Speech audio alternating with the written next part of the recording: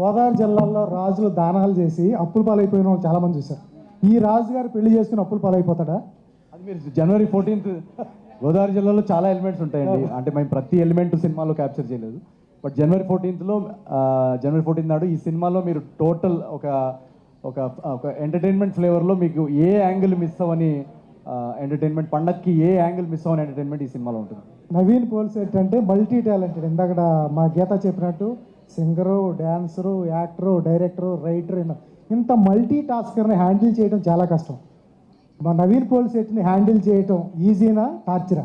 నాకు నాకు నాకు చాలా ఈజీ. నేను ఏం చెప్తే అది వింటాడు వాడు. మిమ్మల్ని వేరే వాళ్ళు హ్యాండిల్ చేయటం ఈజీనా, టార్చరా? ఏమో మరి అది మీరు వాళ్ళని అడగాలి, డైరెక్టర్ అడగాలి. వాళ్ళని అడగండి. ఇందాక చెప్పింది కదా తన ఎక్స్పీరియన్స్. నేను ఫస్ట్ ఆఫ్ ఆల్ నేను మల్టీ టాలెంటెడ్ అలా ఏం లేదు. నాకు ప్రతి నాకు సరే మీరు కానివ్వండి. నాకు ఫిల్మ్ మేకింగ్లో నాకు సినిమా అంటే పిచ్చి. సో దాంట్లో ప్రతిదీ నేర్చుకోవాలి. ఆడియన్స్ని ఎలా డిఫరెంట్గా ఎంటర్టైన్ చేయొచ్చు ప్రతిసారి అనేది నేను నేర్చుకోవడానికి నాకు క్యూరియాసిటీ చాలా ఎక్కువ ఉంది. సో మల్టీ టాలెంటెడ్ అలా ఏం లేదు. నేను ప్రతిదీ ఏదన్నా నేర్చుకొని వాళ్ళ ముందు కొత్త రకంగా ఎలా ఎంటర్టైన్ చేయొచ్చు అనేది నేను ఒక 500% ఎఫర్ట్ పెడతా. పక్కన 200 పెడితే నేను 500 పెడతా. అదొకటే. All the best sir. Thank you so much. ఏమంటారు, నా స్ట్రగుల్ టైంలో పెళ్ళిళ్ళ దాంట్లో సంగీత్ ఎంసీగా చేసేవాడిని.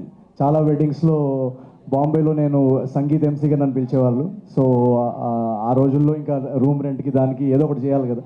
సో మా ఫ్యామిలీలో కూడా ఇప్పటికి కూడా, అంటే ఇప్పుడు కొంచెం షూటింగ్స్లో కుదరదు కానీ మా ఫ్యామిలీలో ఏ వెడ్డింగ్స్ అయినా కూడా దాని సంగీత్ కానీ రిసెప్షన్ కానీ నాతోటే హోస్ట్ చేయించేవాళ్ళు. అంటే మీరు వెళ్ళకపోతే ఆగిపోయాయి పెళ్ళిళ్ళు? ఏంటది? మీరు వెళ్ళకపోతే జరిగేవి కాదు పెళ్ళిళ్ళు కానీ? నేను వెళ్ళి చాలా ఆపడానికి ట్రై చేసేవాడిని.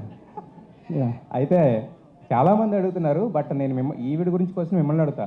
సంక్రాంతికి వద్దామని ఫిక్స్ అయ్యి తీసుకున్నారా, లేకపోతే ఫిక్స్ అయిన తర్వాత అలా జరిగిపోయింది? ఆవిడ సంక్రాంతికి అలవాటు కాబట్టి అలా తోసుకుంటే ఇక్కడ దాకా వచ్చేసింది? లేదు, ప్రతి సంక్రాంతికి భోగి మంటలు, ఈ పతంగులు, మీనాక్షి చౌదరి, ఈ 3 కామన్.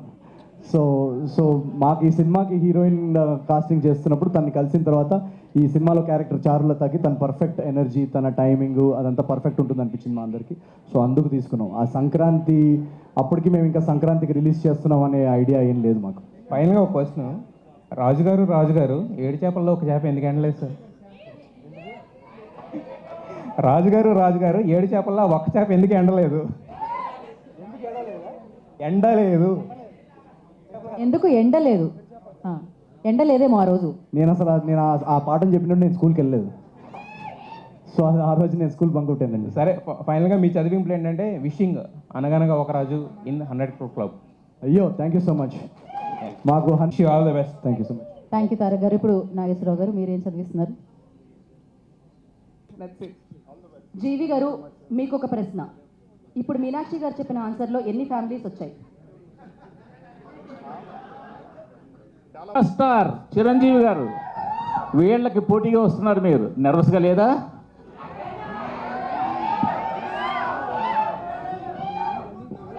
ఇందాక నేను చెప్పాను కదండి, ప్రభాస్ అనేది నాది అంటే బెస్ట్ ఫ్రెండ్ సినిమా పోటీగా తీసుకుంటారు ఎవరన్నా. అండ్ ఈసారి ఇందాక మెగాస్టార్ గారి గురించి చెప్పారు కాబట్టి మెగాస్టార్ గారిని చూసి ఓకే, మనం ఒక నార్మల్ ఫ్యామిలీలో పుట్టినా కూడా మనం తెలుగు సినిమాలో స్టార్ అవ్వచ్చు అనే ధైర్యము, అనే పాత్ చూపించింది మెగాస్టార్ గారు. సో ఈరోజు నేను కానీ నాలాంటి ఎంతోమంది నార్మల్ కుటుంబాల నుంచి వచ్చి సినిమా హీరో అయ్యారంటే దానికి ఫౌండేషన్ వేసింది చిరంజీవి గారు. సో అలాంటి గురుగారు సినిమా వస్తున్నప్పుడు మనకి నర్వస్నెస్ ఉండదు, ఎక్సైట్మెంట్ ఉంటుంది.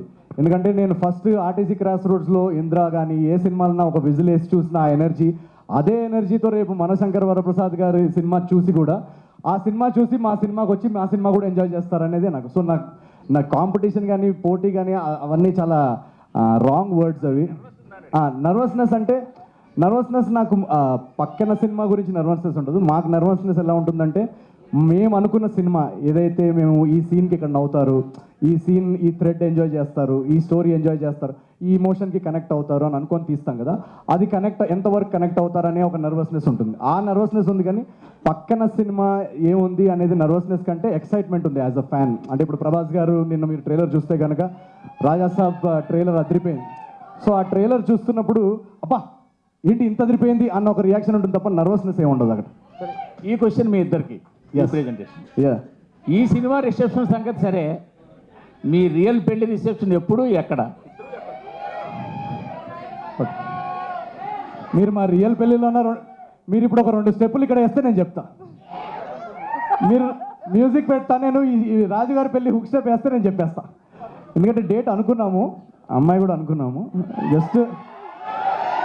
జస్ట్ మీరు ఒక 2 స్టెప్పులు వేస్తే. మనూరే సార్, మనూరే. ఏదో ఒకసారి పాట ప్లే చేయండి అమ్మా, మరి తెలుసుకోవాలంటే. మీరు ఒక 2 స్టెప్పులు వేస్తే నేను ఖచ్చితంగా డేట్ చెప్తా. వేస్తారా? అది చూడండి, యుఎస్ అమ్మాయా ఇక్కడ అమ్మాయా అంట. ఎక్కడైనా ఇప్పుడు మాకేంటంటే, ఇందాక నేను వచ్చేటప్పుడు మా మమ్మీతో కూడా అంటున్నా, నాకు ఓన్లీ సినిమాల్లో పెళ్లి చేసుకోవడం రాస్తున్నట్టుంది. సో ఇలాగే మీరు బ్లెస్ చేసి వీళ్ళు సినిమాలు హిట్ చేస్తూ ఉంటే ఒకటి మాత్రం గ్యారంటీ, ప్రతి సినిమాలో ఏదో ఒక సీన్లో పెళ్లి చేసుకుంటా. సో నేను అంటే when I find the right person, ఎప్పుడు వెయిటింగ్, నేను కూడా వెయిటింగ్. అది నా కళ్ళ ముందు డెఫినెట్గా అయితే ఐ విల్ మ్యారీ, కానీ at the right time. So yes. మీకేమైనా సంబంధాలు ఉంటే పంపించచ్చు కదా, మీరు నా నంబర్ కొంచెం మెసేజ్ చేయొచ్చు కదా.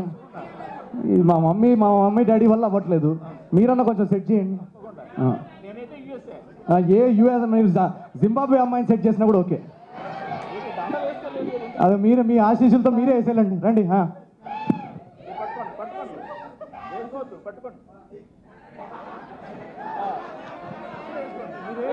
మూర్తి గారు దగ్గరుండి పెళ్లి జరిపిస్తున్నారు.